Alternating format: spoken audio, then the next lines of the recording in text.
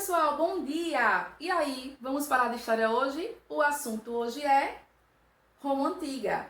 Se liga aí, a história romana, ela se divide em três fases. São elas, monarquia, república e império. Dessas três fases, eu preciso que você se concentre na fase republicana e na fase imperial, fechou? A fase republicana pelo simples fato de que é nesse momento que Roma se expande. É quando ela vai atingir o seu limite máximo de território para formar a grande e poderosa Roma que vai aparecer na fase imperial. Fechou? Quando você estudar Roma, foque no Senado. O Senado romano era o órgão mais forte que existia em Roma.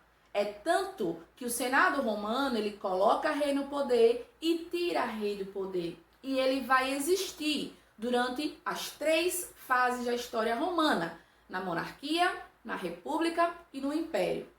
Sociedade romana, quando você pensa na sociedade romana, você deve lembrar que naquela pirâmide social, você vai ter no topo os patrícios, embaixo dele os clientes, embaixo dos clientes os plebeus e embaixo dos plebeus, no começo da história de Roma, uma pequena camada de escravos.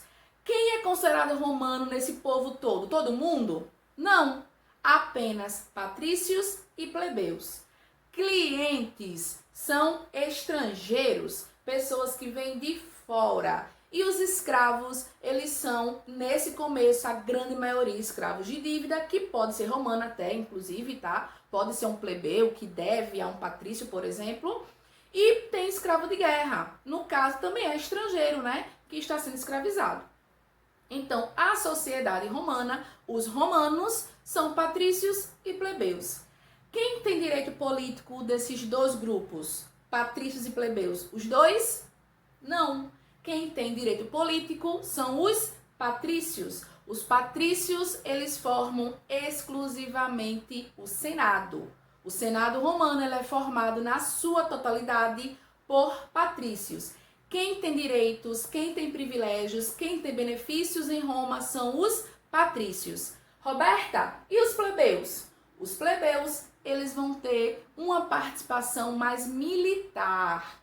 São eles que vão pegar em armas e vão para a guerra. Ou seja, na expansão de Roma do governo republicano, quem é o grande vitorioso? Quem é que faz as conquistas para Roma?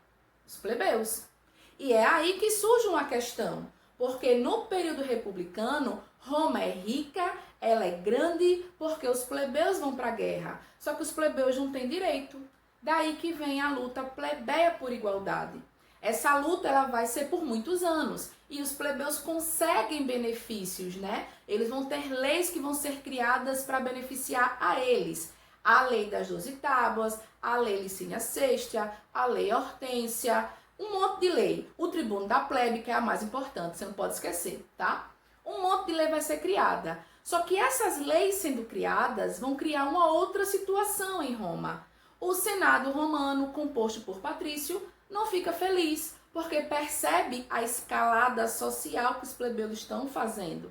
E aí, na tentativa de conter essa escalada social, o Senado romano ele vai chamar alguns militares para tentar conter o poder dos plebeus. É quando se criam os dois triunviratos.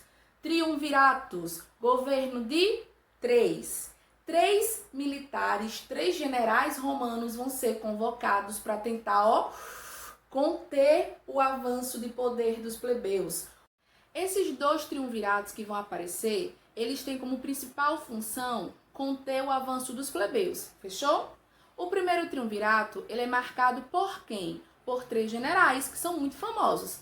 Você vai ter aí Júlio César, Pompeu e Crasso.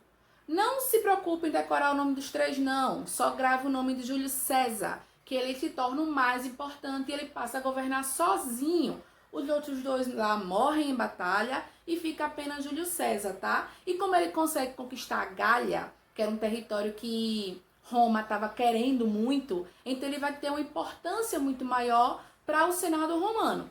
E é esse mesmo Senado romano que termina matando eles, né? Matando ele a facadas no final, porque Júlio César levava ao pé da letra a ideia de república. Ele governava para o povo, governava para o público, tá? E aí o pobre do Júlio César termina sendo assassinado pelo Senado romano. É quando você tem o fim da República Romana. O segundo triunvirato, que tem como principais nomes, né, esses três carinhas aqui, Marco Antônio, Otávio e Lépido, esses três caras vão começar o segundo triunvirato, mas eles não terminam. Quem termina, e você tem que lembrar disso, é Otávio Augusto. Otaviano Augusto, você pode encontrar até assim em alguns livros, tá? Augusto não era o nome dele não, viu? Era um título. Esse cara se torna o primeiro imperador de Roma. Fechou? Roma vai ter uma história muito grande, muito bonita na sua fase imperial, que vai culminar em um esfacelamento territorial de Roma, né? Por N motivos, invasões bárbaras, porque não tinham condições de alimentar toda a sua população. Roma estava muito grande, muito cheia, e tem quem pense que muito território significa muita terra fértil, mas não.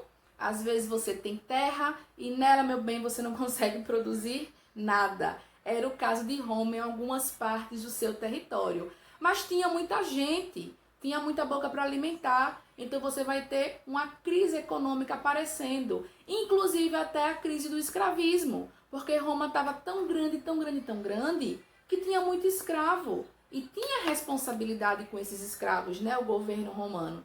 Vão rolar as invasões bárbaras, invasões violentas, de guerra, e invasões que o próprio imperador vai chamar os bárbaros para fazerem parte da administração romana, porque faltavam pessoas capacitadas. N fatores vão levar ao fim do Império Romano, mas isso é cenas dos próximos capítulos. Tchau, tchau!